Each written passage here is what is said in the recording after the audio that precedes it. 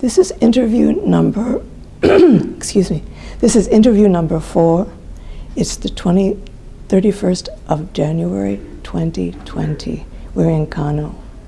So we have an interview today for the Global Feminisms Project.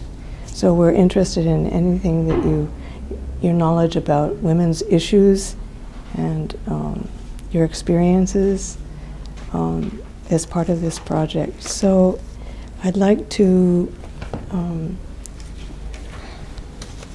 say, how would you like me to address you? What's your full title, and then how you would like me to address you? My name's Hajiya Binta Abdulhamid. And how would you like me to call you? You call me that, Hajiya. Hajiya? Yes. Is okay? Yeah. Okay. So, Hajiya, my name is Elisha Renne. I'm a professor at University of Michigan. And my person that is helping me is Hassana Yusuf. Okay. And she's from Zaria. Masha. So, okay, so if you could just begin, I know you were saying some things about your experience with teaching and education. If you could just start from the beginning, though. What year were you, what's your date of birth, and where were you born? Okay. I was born on the 20th of March, 1965. Okay.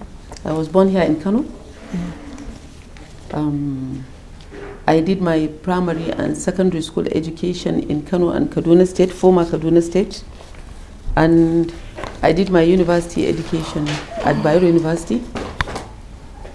I read BA Ed Islamic Studies. Okay, that's what we were wondering. This thing is good. Okay. Okay, no. I have been working, after my service here, I've been working with the Ministry of Education, Kano. Okay. From the year 1988 till date.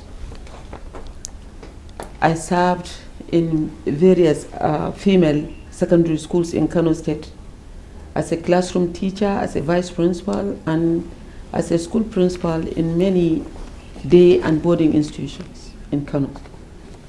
That is why I thought I could contribute to whatever discussion is pertaining the lives of a woman, of a girl child, of an adolescent woman, and a mature woman. That's excellent. Yes. That's excellent. Could you just say something about your own childhood? I mean, what interested you? What did you want to be when you grew up? While I was a child? Yes. First, my passion was not, it's not in teaching. I had wanted to become a journalist. Okay. But along the way, when we were admitted at Bayero University, I was at the School of General Studies then.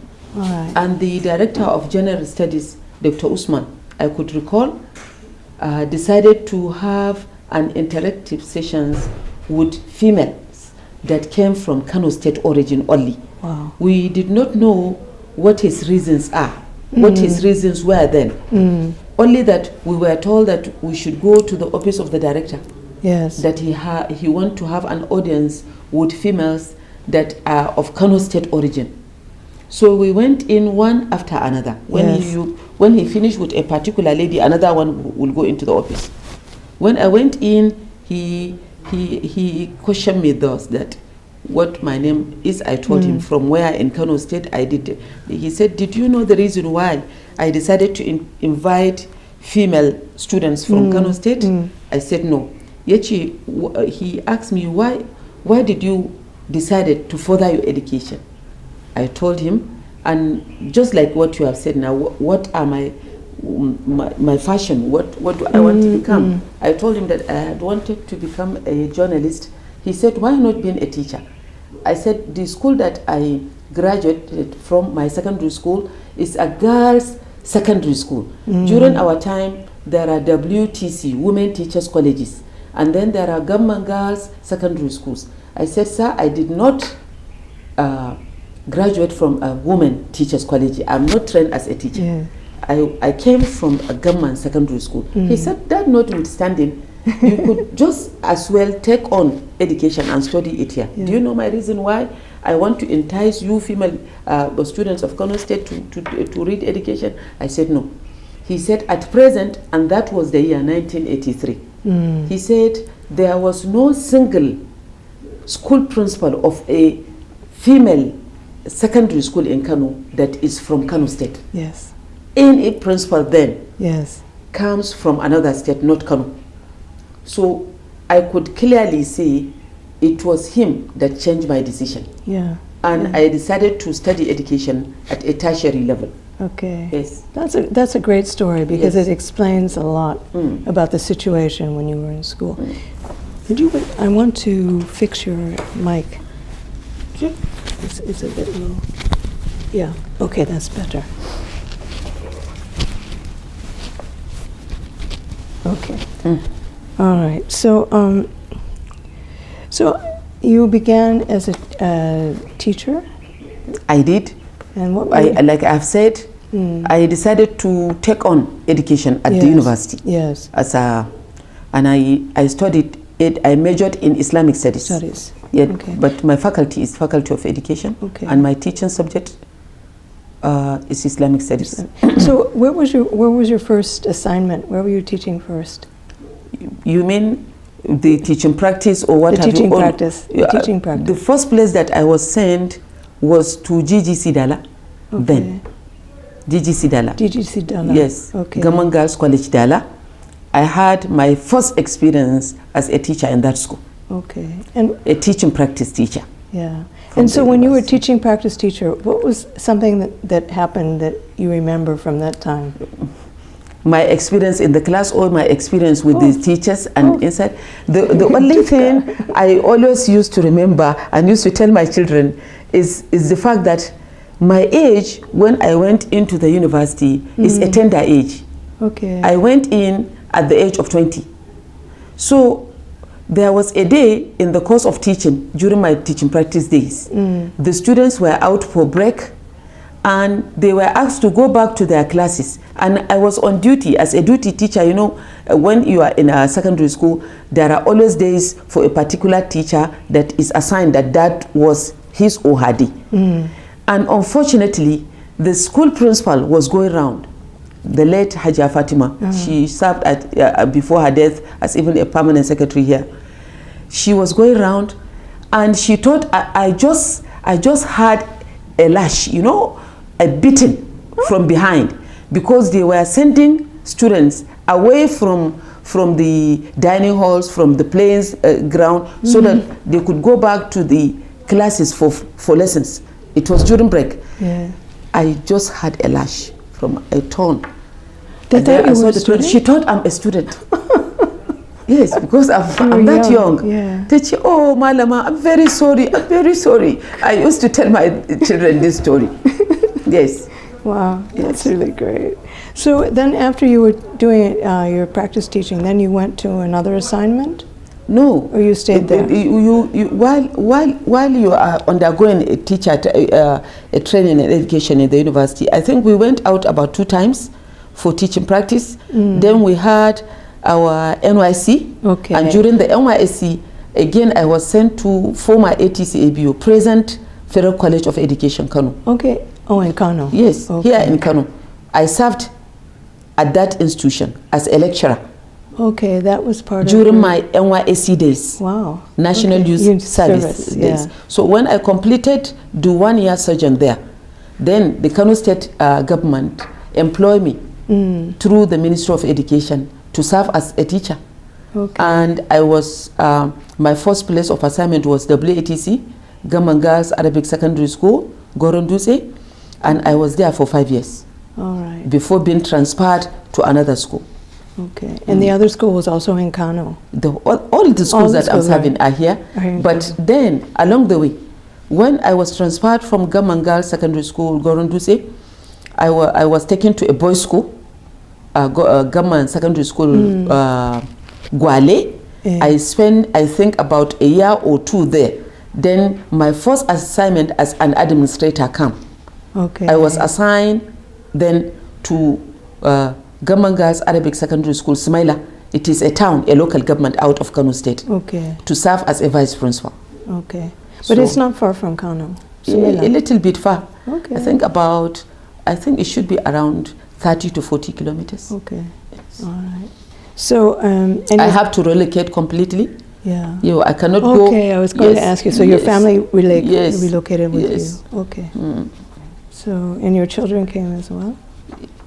Yes, I think the first year. Yes. But then there is this problem of placing them in proper schools. I have to bring them back to Kano. Yes. No, I understand. So, let's see. So you were in Sumela. After Sumela, where did you end up? To Wudil. Okay, to Wudil. To a day secondary school for girls as well, as a school principal. And I spent 4.5 years in Wudil also. Okay. And still Wudil is a local government out of Kano State. Yes, I know where Wudil is because we were interested in Denki hand weaving. Of course. Sakake. Then from Wudil, I got transferred back into Kano. Okay. To a school here in Nasarawa local government. Okay. I spent 4 years there also. Then they took me to the zonal office as an administrator. Okay. I spent some few years there. Then they brought me back into the school system as a school principal to a school at Gedi Gedi, Gamman Girls, Fatima Mohammed. Okay. Then from Fatima Mohammed, I was transferred back to the other school that I hold, I think around 1999 to 2003. I went back to Kawaji Girls, spent another 4 years there. Okay. So do you see... I've been on and off 2 schools. Yes. Always dealing with female girls. Yeah. And their parents. So what were some of the challenges for working with girl students? I mean, what were some of the things that you wanted to impart to them? Yes. If I should consider it an achievement, is the fact that personally in my life, I have went through several trials. As in a polygamous home, I was not the only wife. I had several challenges. Yeah. And I considered that had it been I have not acquired the education that I had, the exposure that I have through being enlightened, my challenges would have worsened. I would have been in a most horrible state. Yes, yes. So I took it upon myself to see that whenever I'm given that chance of going through them, even if as a classroom teacher, then subsequently as an administrator, I always used to instill upon the students to be independent. Okay. And they could only acquire independence by learning. By completing their education. Yes, by education. Yeah. Yeah, you know, we interviewed somebody in Abuja, and one of the things she wants to do is to see that all the girls in Nigeria have secondary school education. My own, I have always put it upon them that they should go above that level. Okay. And I am happy anytime that, madam, my girls, the first set of students that I taught as a classroom teacher are now medical doctors, lawyers. Wow. They are now politicians, because one of them even became a special advisor to the governor recently during his first term, first tenure. And anytime that their own children were graduating from the university, they will send it through WhatsApp to me. Mommy, look what is happening. If they are marrying off their kids, they will tell me, Mommy, look what is happening, but already they have undergone schooling. So I always used to take pride and thank God that this has happened. I will go into the markets, I will be at the shopping malls, I will see my former students, they will come in and hug. Their children, their husbands will all be leaning down to greet. And the first thing after greeting will be, Mommy, I have become this. So it is like, it is within their consciousness that they must aspire to rise up. Okay. That was what I've been instilling, and Alhamdulillah, Allah has given me life to see to its fulfillment. Yes, that's wonderful. Honestly. Yes. So I know that you mentioned polygamy, but are there other problems for young women? Sometimes arranged marriages. I don't know if that's been an issue for some of the students that you've worked with, and somehow, is there some way of addressing that issue? There are. I have had an encounter with that. I could recall it wasn't even the biological father of the girl concerned. It was his senior brother. Okay. But being in here in the north, we used to give importance to extended family structure. Yes. I could recall that girl was a very, very brilliant girl. It was a policy in the Ministry of Education in Kano State that all girls that are already in their husbands' homes as wives shouldn't be mixed with girls that are coming from their parents' house. So special institutions were set aside for married women to continue their secondary education there. If there is even a break-up, you have probably a parent would draw the child from standard 2 or 3, got her married, and probably there was a divorce or whatever. Then the parents decided to return her back. She'll be in that institution. Okay. So while here in a normal setting of a school, that girl was in SS2. She only has 1 year to complete. Then her father came, the biological father. Yeah. She was in a science class, I could recall, and she has already memorized the Holy Quran. She was a very brilliant girl. Brilliant girl. That was the day that I saw a man being weak because he was crying when he was telling me that, Hajiya, I'm going to withdraw Safia. I said, why? He said, see, I have to, because my senior brother in our home is the person that takes the last decision. And he has decided to marry 2 of his children that are of the same age with 2 of my children in my house. And he is going to join them together to get them married. So we have to withdraw her. To withdraw Asia from the school at that stage, and how promising that girl was. I said, why? I kept quiet.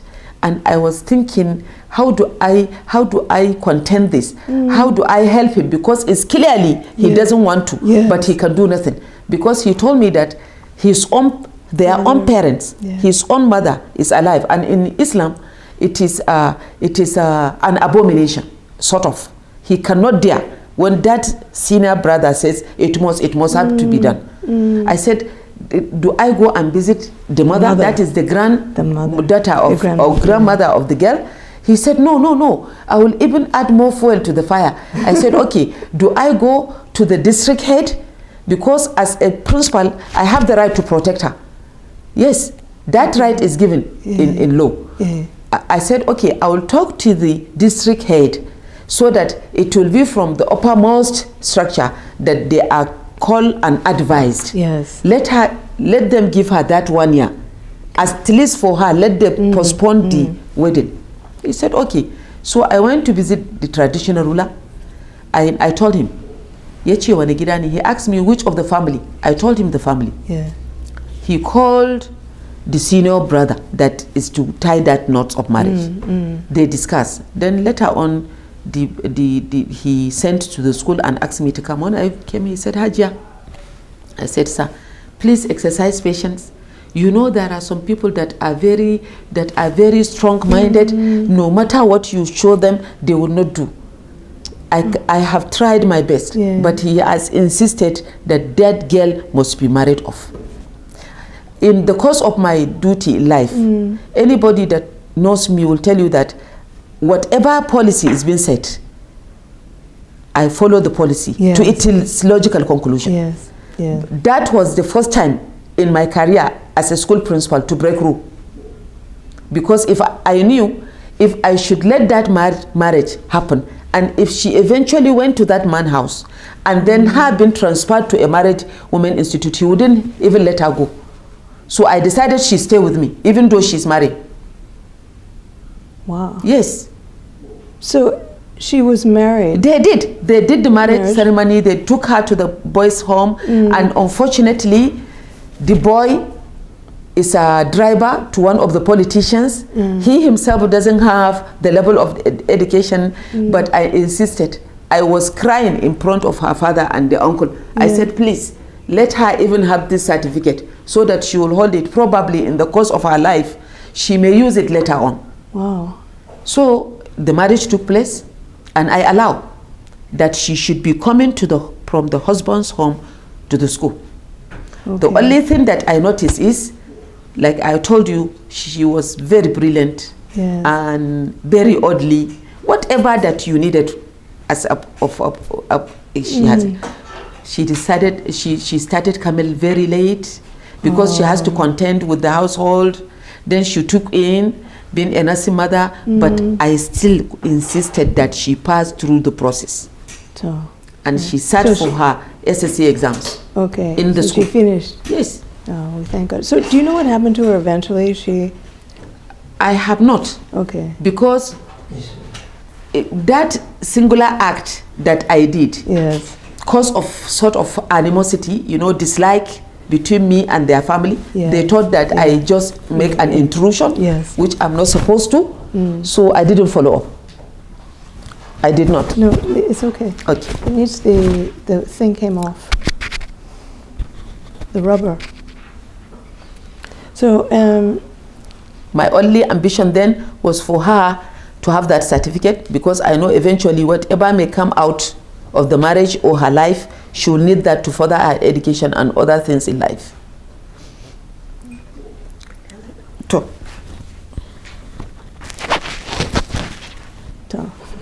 Thank you.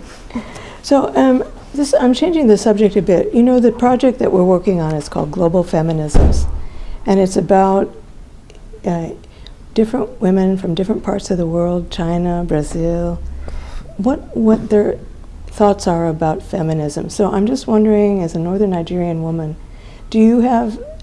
what do you think about feminism? How do you think of it? How do you define it? I don't know. If what we are, really, I have not gone into it. Why? Because I don't know whether I could call it a stigma, sort of. About some years back, this issue of being a feminist is defined in that, not that a woman can do what a man can do, not that, but it is what people are saying is like a challenging. Yeah. You are challenging men. You want to do above them. And in my upbringing, culturally and religiously, I was brought up to respect a man. Yes. And I had that respect. So for me to challenge when there is nothing to challenge, I will more consider myself as an activist. Okay. When there is anything that there is an injustice to it, I don't usually use to contend it. Even if you didn't invite me to go in, I will do.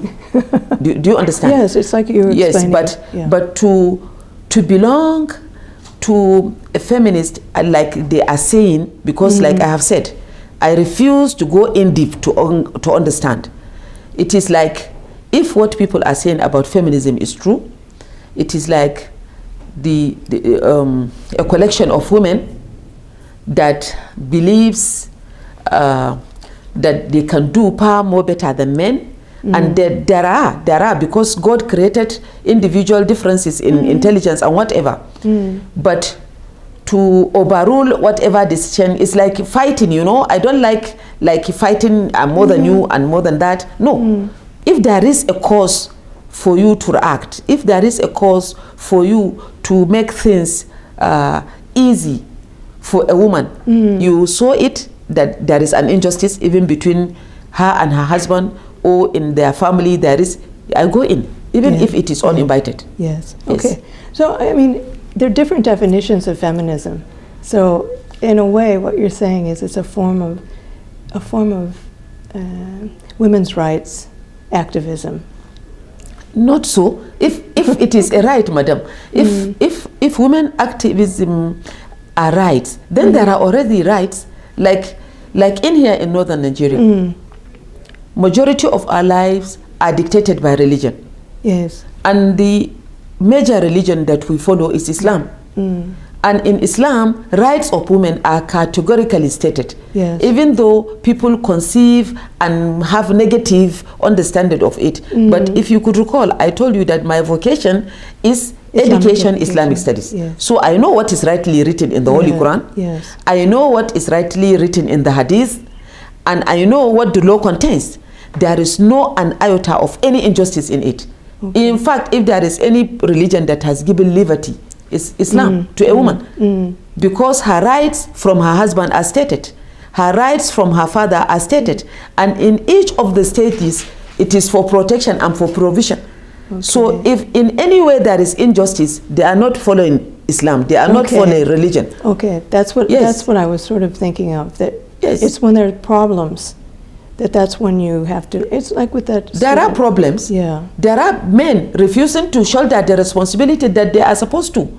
Like when I told you that I have something to offer, it is like I have been in schools, I have seen women being divorced and being sent out of their husbands' houses without nothing, and the children being possessed by the husband. Yeah. But then the husbands will, I swear, refuse to cut out for the children. Yeah. It is still the woman that will go and find ways of seeing to the education of the girl.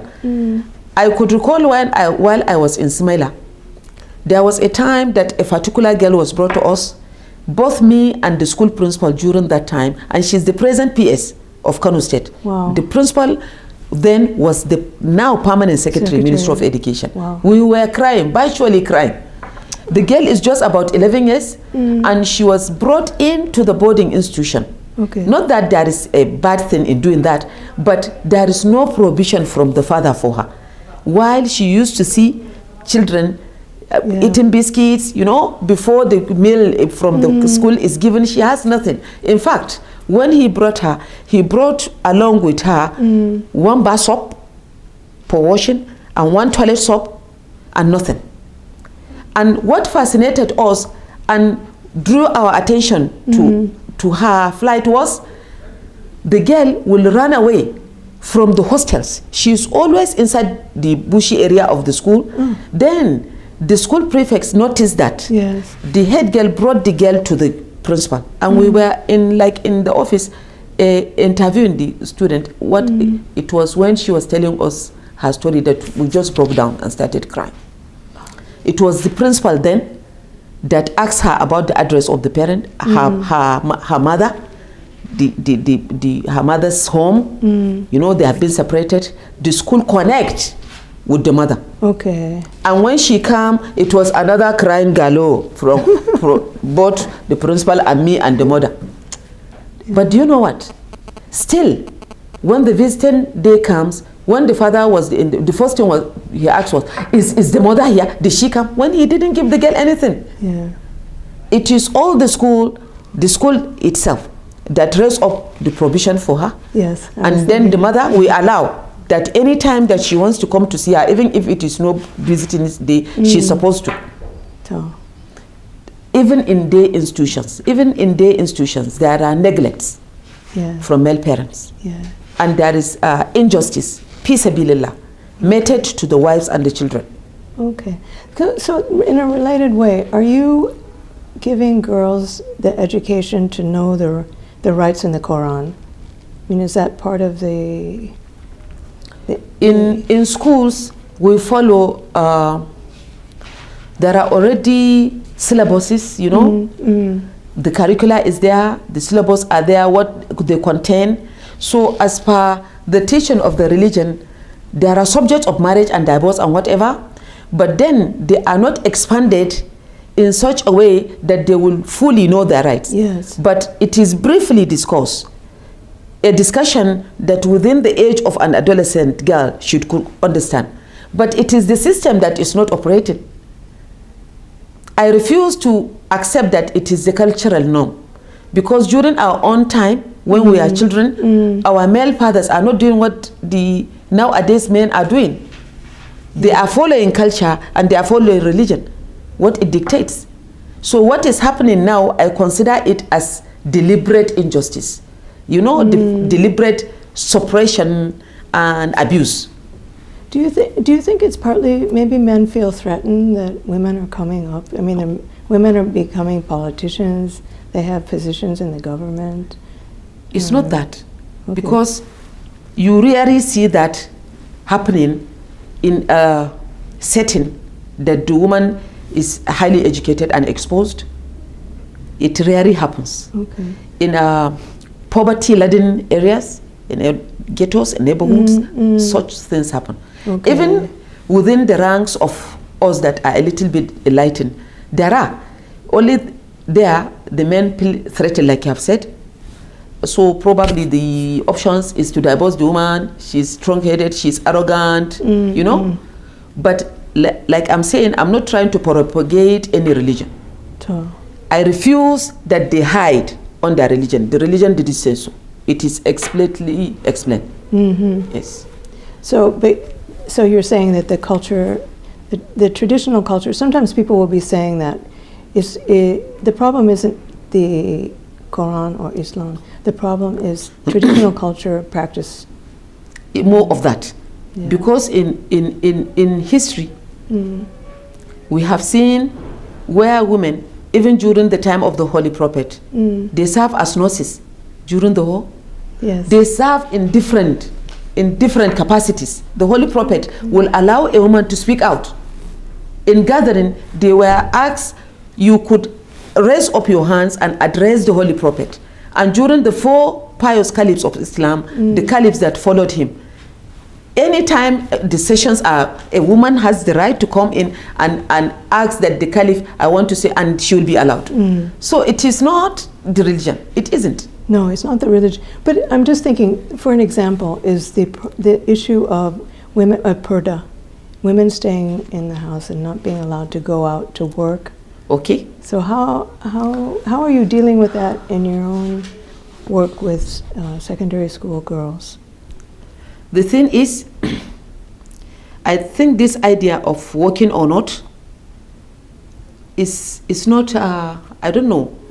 What I understand in that is, if there is a setting of marriage, and the girl, like what is happening now, even among us that have gone under series of studies and experiences, we let our female children acquire university level education, but before the marriage, we give liberty to the sweater.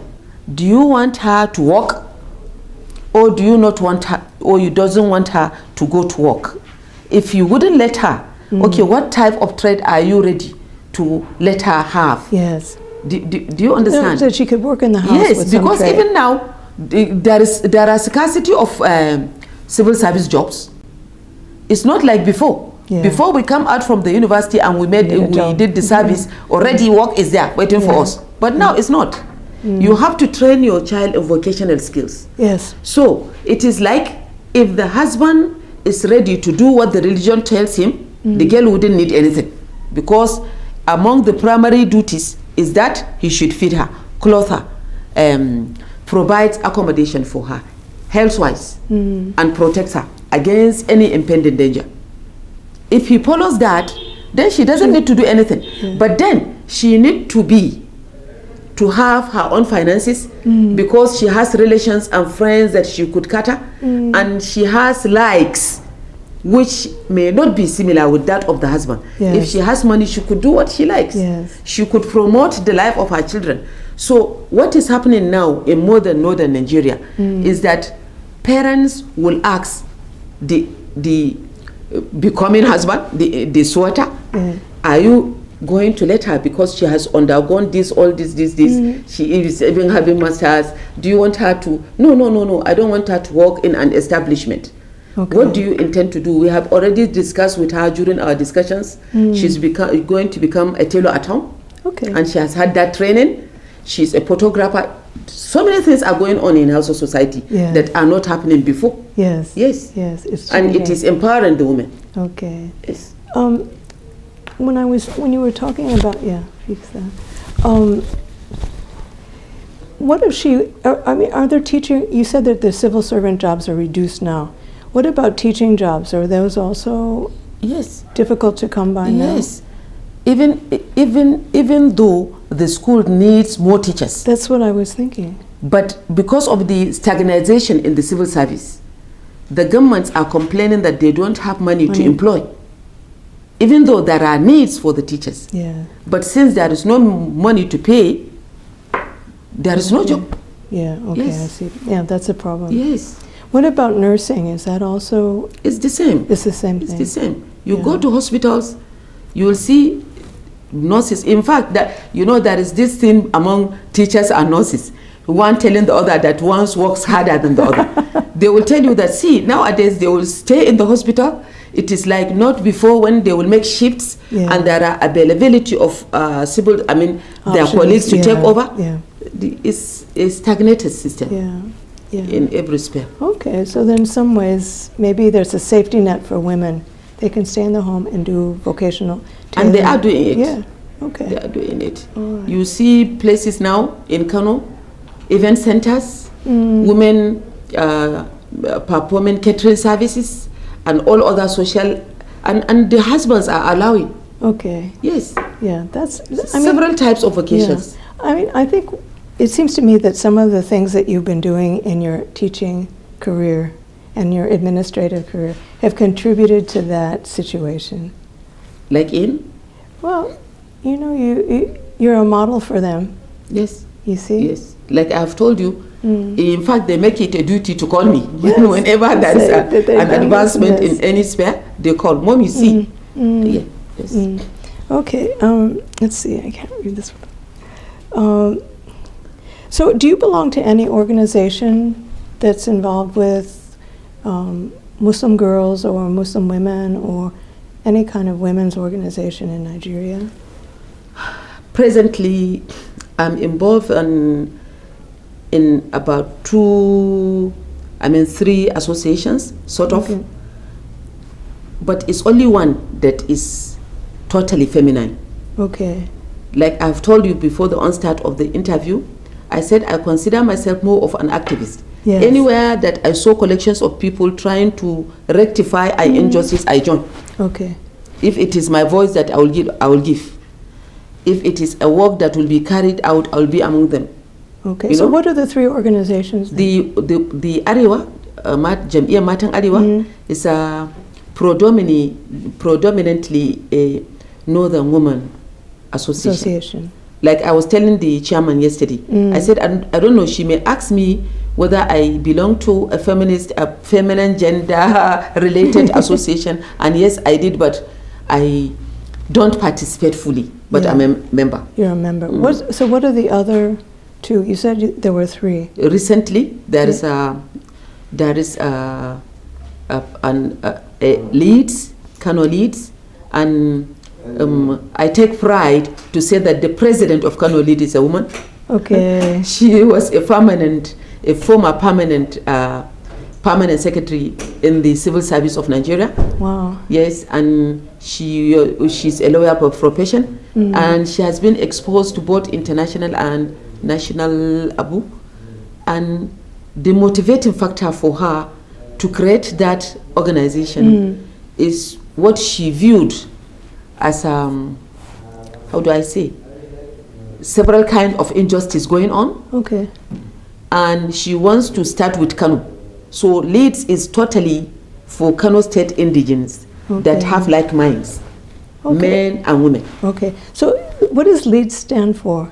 It is an advocacy group. Okay. So it voices out. Yeah. Is it an NGO or is it? It is an NGO. And is it based in Kano or Abuja? No, it's based in Kano. Based in Kano. Yes. So you just said that they had some activities, injustices that they're seeking to address. So could you please tell us some of those? You mean area of interventions? Yes, areas of intervention. They not only intervene in like in even governmental decisions. If Leeds saw that a decision is taken on behalf of the people of Kano State and that certain amount of money are going to be put to the government on eye, it thought it will benefit. But you know, we are in a political setting. Yes. Sometimes money will be geared towards a self-centered, how do we call it, venture, you know? It will be for the people, but then if you look at the project itself, it is not that. Yeah. I know that Kano State, Leeds intervene in such.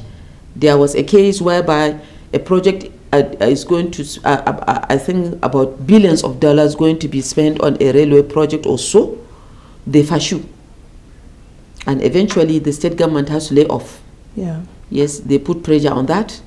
And then even communal problems, like this issue of the stealing of our children, you know, the abductions To- of Hausa plan to the Western yeah. leads in, yes, It's they the went southeast mostly, yeah. They make a presentation at court. We were there. I was among the people that they sent. Wow. We were at the court to see to the proceedings, and the paper and the lead stands been given to the committee set up by the Kano State government, I know. Wow. Yeah, I was reading about that. It's Yes. shocking. I mean, how could... Yeah. So, so that's been reduced somehow because of Leeds' work, do you think? Yes. Yeah. And it is still pursuing the matter. Okay. Yes. To see how it will eventually end, because we consider the government quick intervention to set off a committee as in fact a deafening factor. Because had it been the led civil organization to rise up, it would have been better. Things would have been done now. But always they will say, okay, let's wait for the white paper to come, you know. Yes. But all the same, Leeds took a stand on that. Yeah. No, that's great. That's great. So what was the... Okay, Leeds and this Arewa Jamatu... So what's the third? Matan Arewa. It's like Arewa. Matan Arewa party. You know? But So- it was established since during the time of the late Sartona. That Jam'iyyar Matan Arewa Wow. is it has been Okay, in it's okay. existence even before my birth. Wow. Yes. Yeah. So there, you said there were 3 organizations. What was the third? What do I say? 3 in the sense that we are working together with that other one in Leeds. Okay. Because our own goals are the same. Okay. Kano State concerned citizens. Okay. And what's... Kano State So Citizens Forum. those Kano State's concerned citizens activities, are they identical with Leeds or somehow they're They different? are identical, only that their own, while Lead is advocating, they execute. Okay. So what's something that they've executed? Some project or something? I cannot say precisely because my own mentor, our own president, is a part and parcel of that executive members of that order. Yeah, We okay. just had briefs from her. I cannot say that, but Okay. Malam Baba is here. He Yeah. could help me, I think. Yeah. Yes. No, that's fine. So do you work with anyone in other parts of Nigeria, or are you focused mainly on northern Nigeria? I had wanted to become a member of Yasuna Association then in Hasana. Haba. Is Form 1? But not Form 1. Okay. Not Form 1. I was a member of Form 1 sometimes ago, Yeah. but then I stopped being a member. Mm. It's not women something of Nigeria. Okay. Ba open bane. Ba open bane. Shine men Nigerians' own form of association, but it was my husband that refused me 10 years ago to join. Why was that? Because it was another part of... No, it's not because that is not in other part. That association. Gashi nan suna da office ma anan tudun wada. Kano State office is in tudun wada na. Ba Muslim Women Associations bane. Shi bane ba. So why didn't your husband want you to join? That is where that issue of feminism come. Yes. They thought because the different women from other parts of Nigeria are coming, and I could recall during the time of Mariam Babangida, it was during that time, they were given prominence because the presidency accepted them. He thought I would be strong-headed, you know. He sort of. Ba better life bane. In kika bi wannan babban titin nan na tudun wada, wannan cikin tudun wada, da office ɗinsu yana nan don ita Kano State president ɗin ta association ɗin Kano State a tudun wada take, sai dai in yanzu nan ta daina an ba wata women menene of Nigeria, something like that. Something like that. Yes. So is that organization still It functioning? is. Yes. Okay. Yes. But you're And not- it has been long. Yeah. And it is still existing. Okay. Ye- That's interesting. Yes. Yeah, I hadn't heard. And it has branches all over Nigeria. It is Okay. for the Nigerian women. So, I think we can maybe... We're doing... Is that the one controlled by Lady Dogonyan? Ai shi wannan arewa, ai atola wannan matan arewa ne. Shi wannan matan arewa ne. Wannan shi lokacin Maryam Babangida ne daban Alhaji ya fi fitowa kowa isa ne banda rural women din nan. A'a, wallahi ba family support program bane. Kin ga kawai abin ya dauke min a cikin kwakwalwata. In Allah da ina da nan baki zan turo miki nan to so that was his stand, but now I'm old now. Probably it's because I was young then, very radical, you know. He thought really so you could join now. I could. Yeah. So I'm just wondering, do you have any? I mean, so we've been talking about feminism a bit. Do you have a sense that it's sort of I mean, you have some associations with it where women are being too forceful or too saying they should be better than men. What if, do you see that being associated with Western women somehow, or is that a separate issue? No. Because I happens to be somebody that likes reading a lot. So to an extent, I can't say all Western women are feminist. I don't accept that because I used to go into places to read. Yeah. And I used to show family life of an average European woman. Yeah. It's normal. It's a normal life. Yeah. Do you understand? It's just like in here. When there are differences, there are divorce, even at that level. When it is home taking, they took care of home. I saw it normal. So I can't associate feminist radicalism the way that I was briefed on it with it being associated with Western women alone. Okay. Because even now in Nigeria, there are women that share same view of radicalism, like I've told you. Yes. Should I categorically state what really is that I'm hiding? They said feminists are same-sex, you know. Yeah. Subsequently, they are hiding under that gap of being a feminist, but they are in one lesbians, you know. Yeah. So in fact, that is the reason. That is the reason. Okay. When you said you are a feminist, subsequently people will be assuming. Yeah. Yeah. That is it. Yeah, I think it's true for some, but not for all. Yeah. Yeah. For some feminists, it's the idea is that women should have equal rights for everything, not just one thing or another. So I think that's maybe that could be difficult. See, not all people. Not I consider people, like I have said at the starting of the interview, that everybody is created differently. Thoughts are different, tastes are different. So you can't say because you are a woman and you want women to be protected, then you go to the extreme of marrying a woman, you know? That is why I said, no, I don't consider myself that. Yeah. I more consider myself of an activist. Where there is injustice, I don't like it. And I participate in bringing it to the end. Yeah.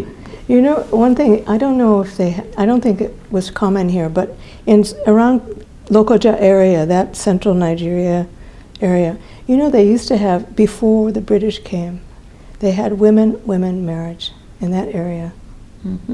But it was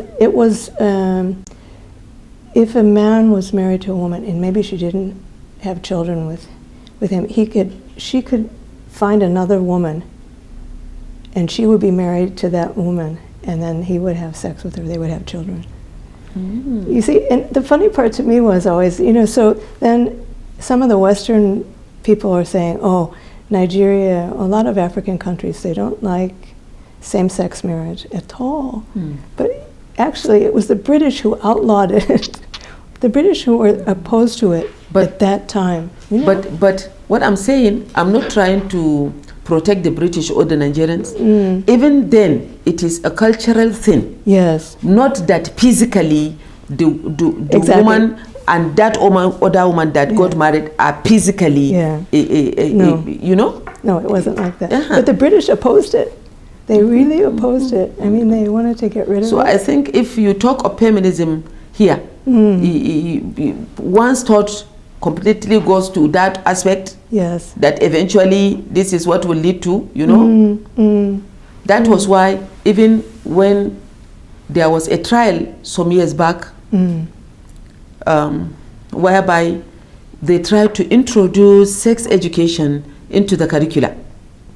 I could recall that. Yeah. And we have to refuse to.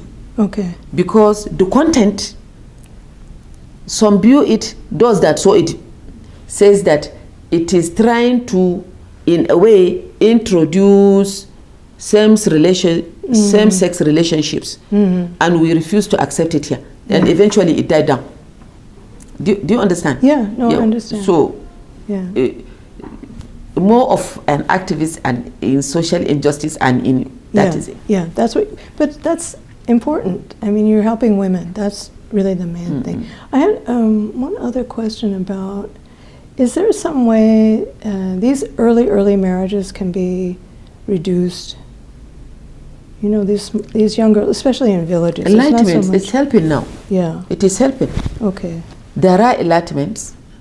Various women groups are enlightening, and there is a reduction, some sort of. Yeah, I think so. Especially if you happen to interview school principals of female educations, they will tell you. I started being a school principal from 1995. Yes. I could tell you that from 1992, I think, and 93, when I was posted to Smaila to serve as a vice principal, to now, presently, there is a drastic change in the way that illegal child marriage are taking place. Yeah. During those years of 90s, it is more rampant. You hardly see a class of 60 students starting as JS1 in a female secondary school. Wow. Before they come to SS3, where they will graduate, you will just see about 30-something left. Yeah. Along the way, they have been taken out and gotten married. But now it's not the case. Okay. I mean, I think things are changing. They are changing. Yeah. No, it's good for women. Yes. It's good for women. So, is there anything else that you wanted to add? Some other experience or interesting story that helps to explain women's situation in northern Nigeria? I think while the interview is going on, I have already stated. I think so. Those. Yeah.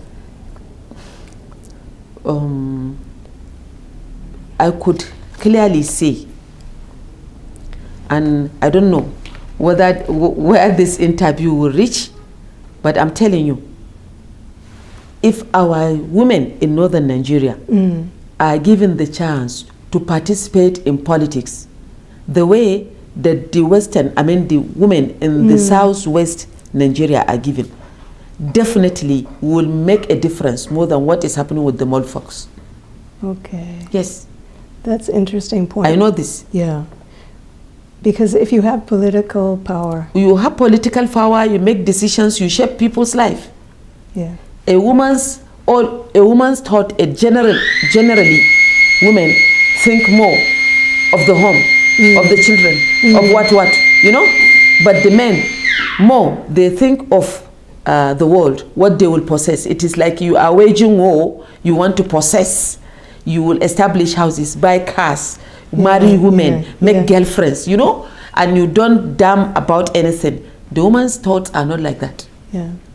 And any time that I saw a deputy governor from Lagos being a woman, and I saw a deputy governor from Ondo being a woman, I said, oh, how I wish Allah will prolong my life to see it happening in the north. Then, just recently, a Rufai started. Yes, I was just going to say, Kaduna State. We are hoping that it will spread now to the northern Nigeria. Anytime that a woman politician comes out, all forces will be on deck to suppress her. She wouldn't even become a House of Representative member, neither a senator. All of them that you saw at the National Assembly, if there are women there, they are the wives of the governors. Because like in the case of, I think, what state is that? Yobe, something Hadiza. Yeah. They are wives of governors. If eventually you saw them, they are wives of either the governors or the daughters of the chairman of the party. And so there is a connection. Yeah. Not that a woman that is aspiring, a hard-working, and no, they wouldn't let that happen. So my praise is that one day we will see a situation whereby what is happening in Lagos and other places is happening here. Yes. We will move away from politics of telling people that, see, there is going to be light and there wouldn't be light. There is going to be water and there isn't. Lagos has gone beyond that thought. I was telling a friend in Lagos, Mrs. Tayo, I said, see, Mrs. Tayo, you are creating a country within a country. She said, Principal, why did you say that? I said, Lagos has become a country of its own in different aspects of life. A friend from Kano State, a House of Fulani woman, residing in Kano, her husband is an industrialist. Okay.